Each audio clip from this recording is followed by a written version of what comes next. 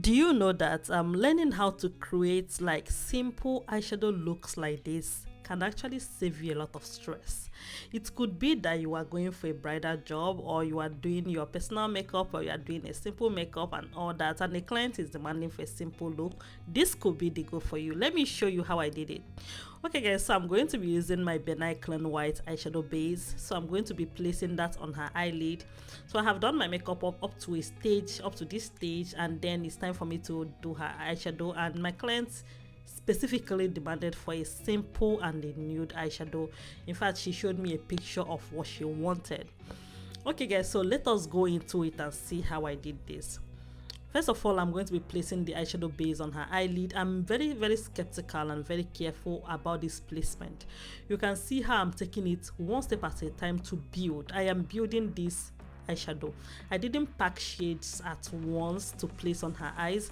Another thing you're going to know is that I'm using a fluffy brush to place this. So it is very important for you to use an eyeshadow base that is you can place and is going to build and stay there. You can see the way I'm taking it one step at a time. I know the reason why I'm leaving this video to be this long, like in this placement, is for you guys to understand that it took me time to place and blend this. As I'm placing it, I am blending it. So the eyeshadow base is one key thing that is so important. So when I'm done with the placement, I'm going to be using this eyeshadow palette from the Colouredraine. That's the brand's name. So I'm using first a light brown shade. So you see I'm holding a little bit of her eyes, like close to her brows. So I'm lifting it up a little bit just to create my transition, making sure that I'm giving a space from the transition line to her brow bone. Just give it a little bit of space for the transition you're creating, because I don't want the transition to run all the way up to her brow bone. So I'm just blending, and I'm blending this in, and I'm taking my time to just place everything and just blend. So as I'm placing my transition, I am blending it out. As I'm placing the transition, I'm blending it out. So this is just a light brown shade from my eyeshadow palette.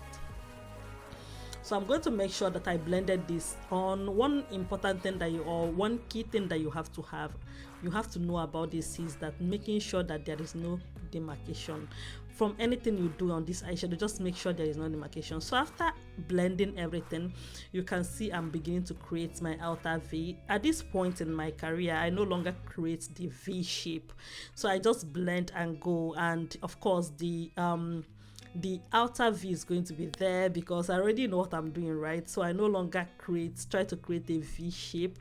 But if you are still learning how to do makeup, you have to learn how to create the outer V. I know the reason why I'm calling that the outer V, or I could just say just placing the darker shade in the outer part of the eyes. That is equal, yeah. But if you are learning makeup, you should know what is an outer V is. If you don't know, just tell me in the description tell me in the comment section, and I'm going to create an eyeshadow look creating an outer V so that you will learn what is an outer V. So when I'm done with the second shade, I added something that is a little bit darker than the first one.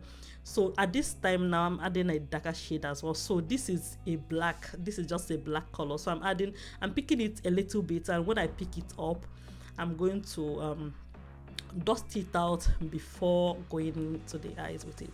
So when I'm done with the blending and everything, so the next thing I did is to get the brush I used in putting my eyeshadow primer. So I didn't get more product. I'm just using the brush, like the luminance in the brush. I'm using that to just run through on the eyelid as well, because like remember, I needed the eyeshadows. I needed the primer on the eyes. So after that, I'm going to be using this eyeshadow from Colouredraine. You can see I think is in the shade neutral or something. So I'm using the shade that I showed you guys is a very light and nude shade. So I'm placing that on her eyelid.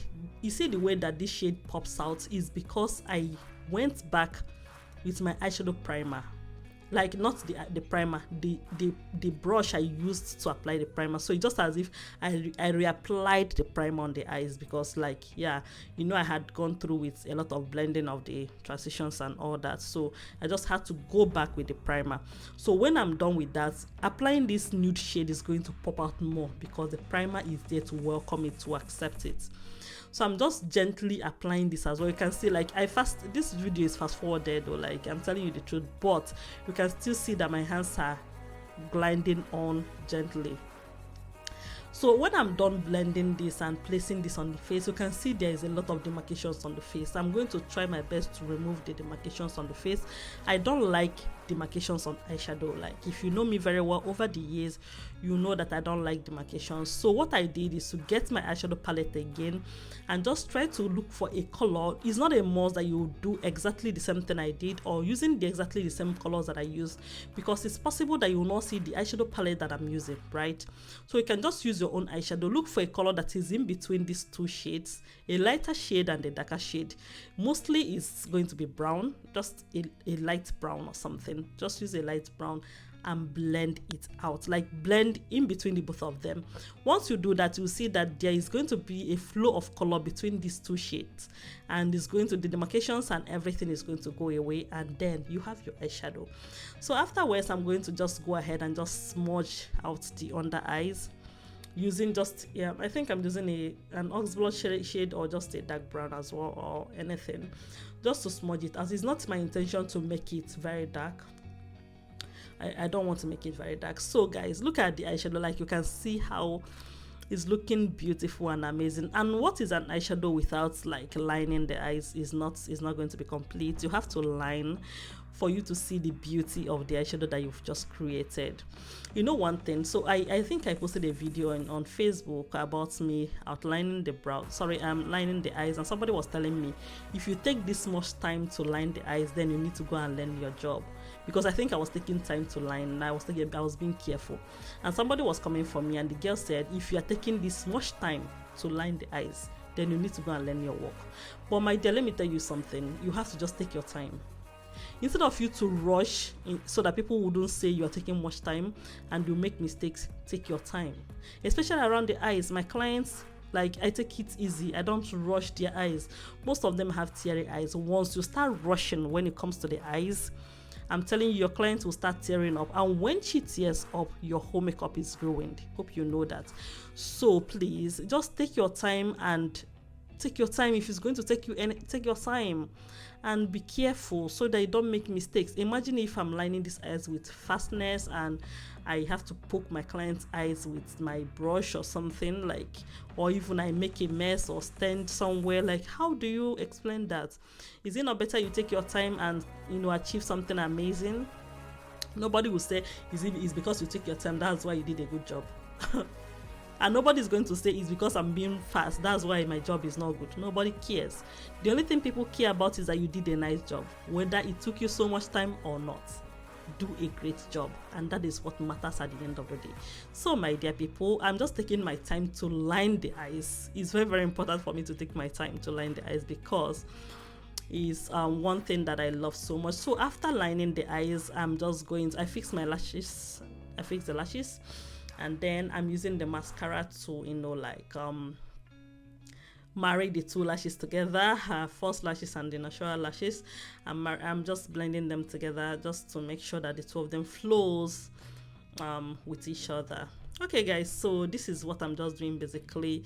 And yeah, my client, she has a teary eyes, but she's trying though, because we did this makeup very late at night, like in the middle of the night, and I couldn't believe she was able to hold on to the stage, and everything was amazing and nice. I love the look. I love how everything looked. Okay guys, so this is the eyes. This is the video of the eyes. Can you see this? I'm not even done with makeup at this point, and everything is looking amazing. I hope you love this video. I'm going to see you guys next time. Bye.